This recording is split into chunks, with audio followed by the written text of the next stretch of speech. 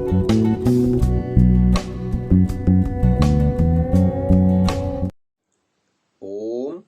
नमस्ते जी।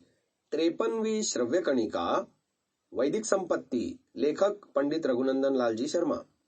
पुस्तक का संपादन स्वामी जगदीश्वरानंद जी सरस्वती द्वारा हुआ है। पुस्तक प्रकाशित है आध्यात्मिक शोध संस्थान नई दिल्ली द्वारा।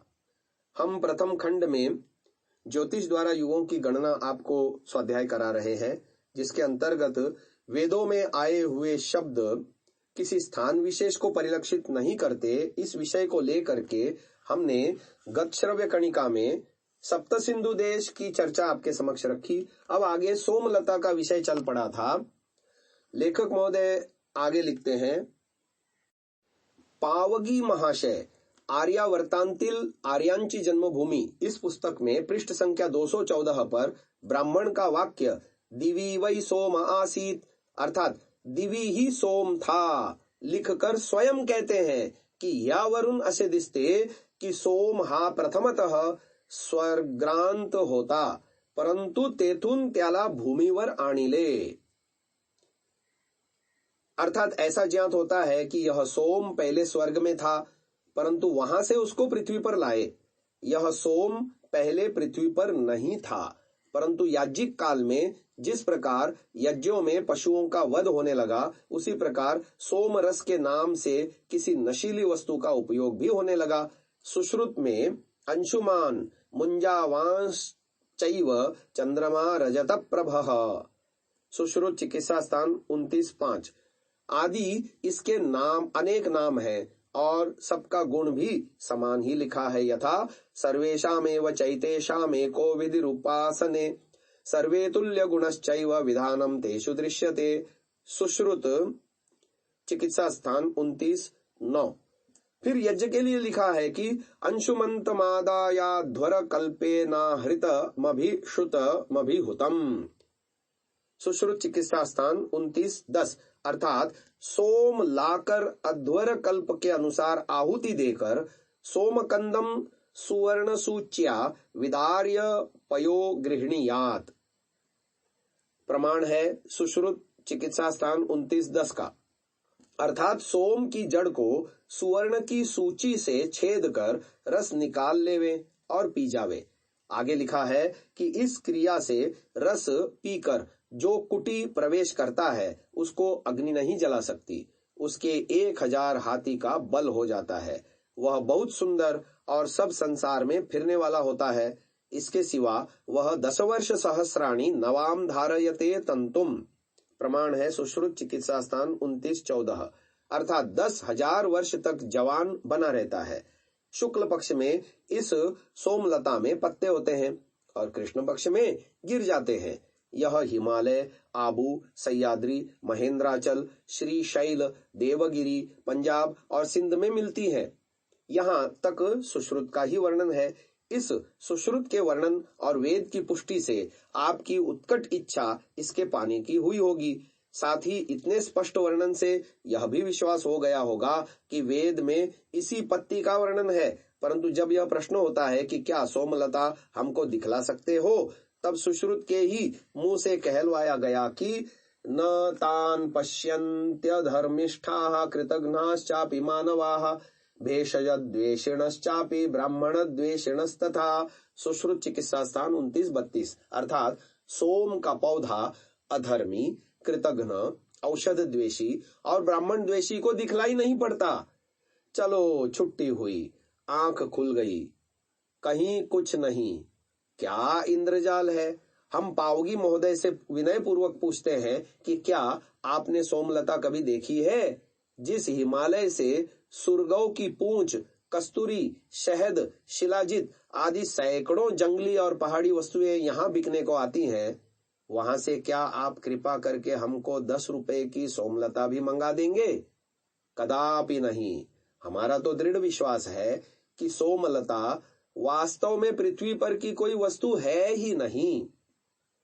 25 अक्टूबर सन 1884 के एकेडमी में प्रोफेसर मैक्समूलर लिखते हैं कि सूत्रों और ब्राह्मणों में भी यह बात मानी गई है कि सोमलता का मिलना बहुत कठिन है। इस प्रकार जंदावस्था भाग 1 पृष्ठ संख्या 69 में डार्मेस्टेटर कहता है कि सोम या होम के अंतर्गत समस्त प्रकार की वनस्पतियों की जीवनी शक्ति का समावेश होता है।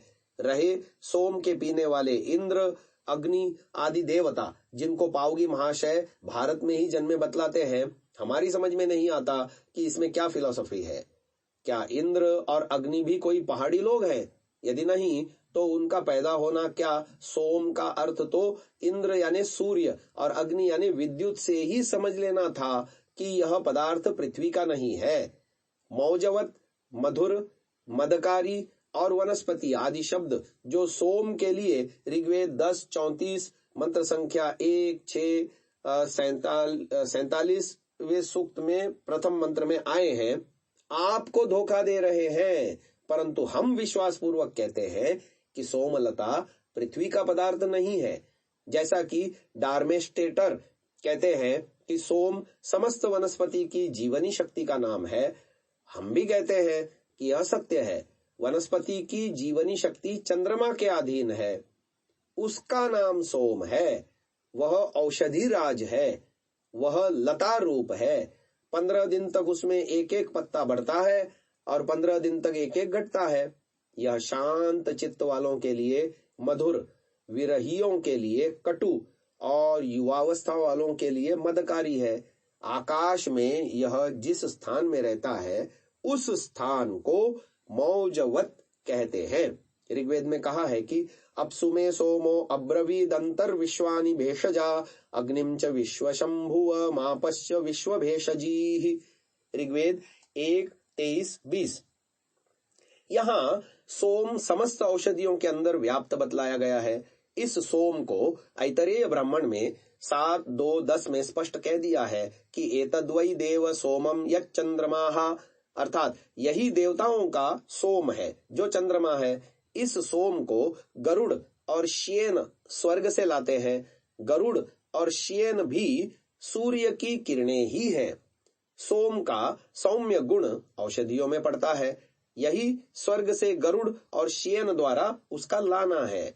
महाशय पावगी को हम परामर्श देते हैं कि आप वेद पाठ करते समय ध्यान रखें कि वेदों में एक आकाशीय संसार भी है। पृथ्वी में ऐसा एक भी पदार्थ नहीं जो वहां न हो। उन्हीं पदार्थों के नामों से ही पृथ्वी के पदार्थों का नामकरण हुआ है। हम पिछले पृष्ठों में आकाशीय संसार के कुछ नमूने दिखलाए हैं। इंद्र वृत्र के युद्ध को पढ़कर भूमि पर लड़ने वाले 2 राजाओं का जिस प्रकार धोखा होता है, उसी प्रकार इस मौजवत में होने वाली मधुर, तेज, मदकारी सोम वनस्पति को देखकर भी धोखा होता है।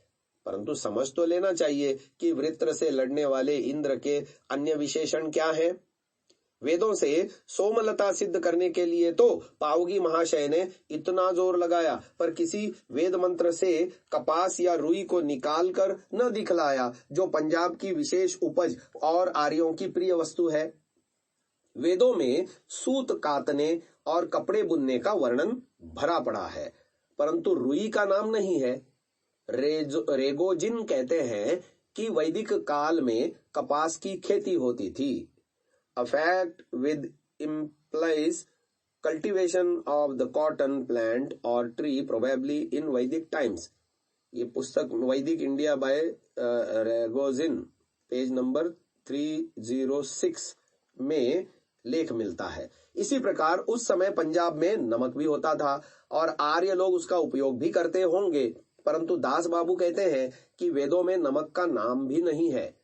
खाने और पहनने के पदार्थों का नाम तो वेदों में नहीं है, परंतु पावगी महाशय वेदों से सोमलता का वर्णन निकालते हैं जो बिल्कुल हवाई है। हम तो इसे तब सत्य समझें जब आर्यों के नित्य उपयोग में आने वाली कपास और नमक का भी नाम वेदों में दिखला दिया जाए। पावगी महाशय कहते हैं कि आर्य लोग पंजाब की सैंधव श्रेणी सॉल्ट रेंज में रहते थे, किंतु इसके विरुद्ध हम देखते हैं कि उनको सैंधव नमक का ज्ञान तक नहीं था। Of the minerals of Sapta Sindhu, no mention is made for the salt in Rigveda, although the salt range exists in the very heart of the country। Rigvedic India page number 88। इसी से यही सिद्ध होता है कि वेदों के शब्दों से ऐतिहासिक सामग्री एकत्र करना नितांत अनुचित है। आगे विषय आ रहा है सरस्वती नदी और समुद्र का, जिसे हम कल की श्रव्य कणिका में सुन पाएंगे। आज इसे यहीं विराम देते हैं। ओम।